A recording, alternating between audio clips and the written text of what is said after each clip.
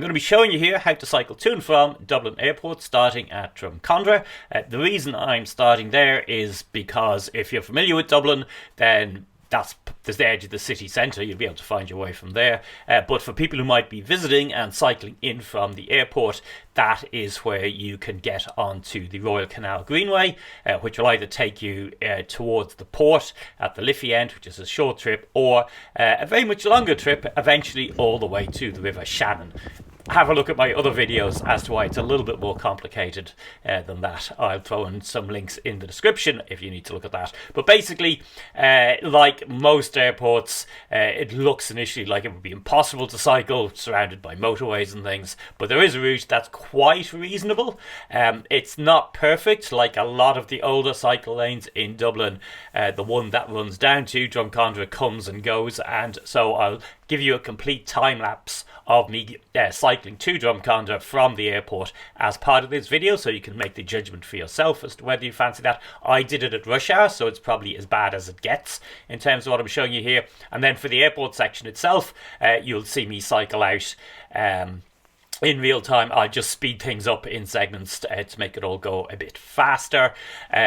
In terms of cycling out to the airport from the city centre, that's actually a bit more straightforward because you can dodge the busier bits by going through housing estates. So I have a link in the description of this video to my cycle travel map that shows you how to get in and out on that. So that's showing both the going out and coming back leg. The video itself, I'm just going to be showing you coming back. But anyway, let's get started.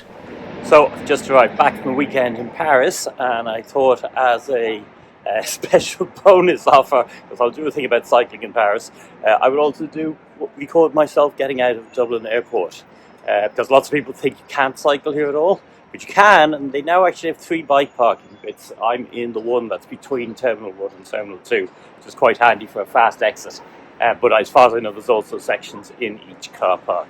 But anyway, let's take to the road and set up.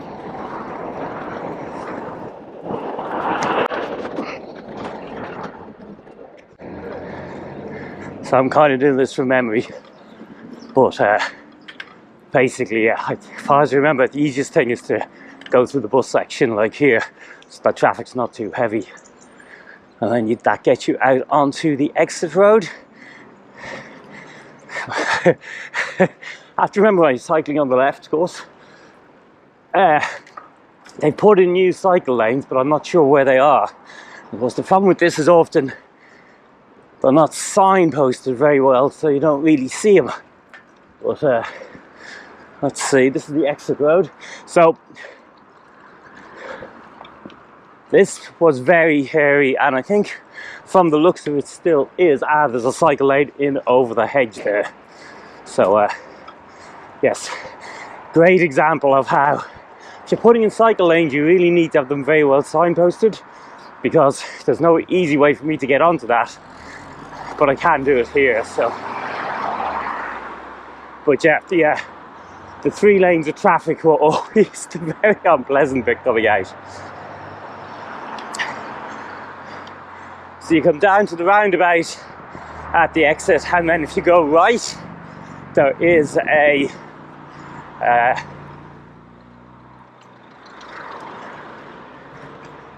cycle lane running along that road, which is fairly busy. But of course, there's the question of how you actually do the roundabout. Do you really want to go out on the road and do it all? Or you can use the pedestrian crossings, I think.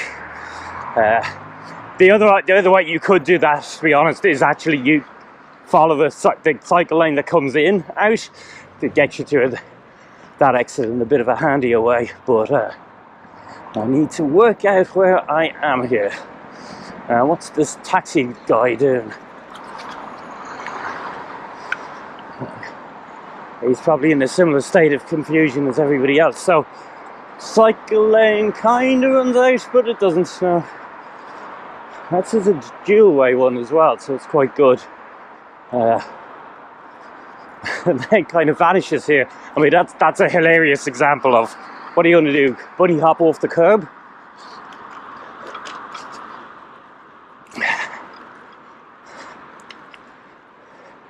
Okay, so what you don't want to do here is go straight ahead through the roundabout and end up on the motorway. you want to go right. And I think what I'm going to do is I'm actually going to go across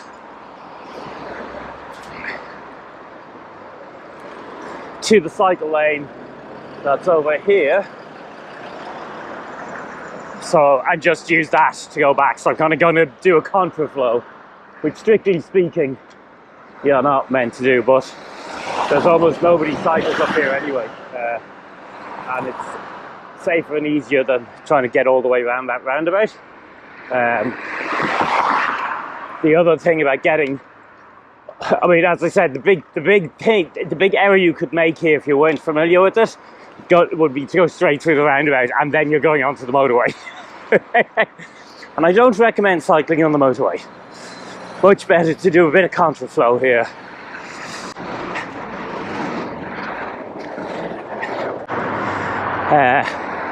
Yeah, and so basically you can keep, I'll flip this into time lapse in a couple of minutes, but you can keep following this route in all the way into, and it's mostly cycle paths. There's a couple of bits where it's not done so well, and there's a tricky bit where you can cut through one of the housing estates to avoid ending up back on that really busy road before the cycle lanes start.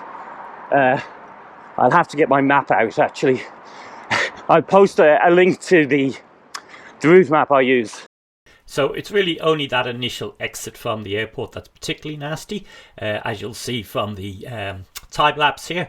The rest of it into town, it's not bad. There are cycle paths. There is one on the other side of the road here as well, so you could cross over at any of these junctions, and then you're basically coming down on the Swords Road, and that will take me all the way into the city centre eventually. Now, the cycle path here is one of these very old initial ones they put in that is okay in parts, but then bumps up onto the pavement and then just stops for segments, so you're back in the bus lane for that. Again though, I am cycling this at rush hour. I think I set out at about 4:30 on a Tuesday, and it'll be 5 o'clock by the time I get into the city centre, so this is probably about as much traffic as you're ever liable to see on this road. This is the trickiest bit coming up here, because you're swinging over onto one of the main lanes. This is one of the main roads running into Dublin.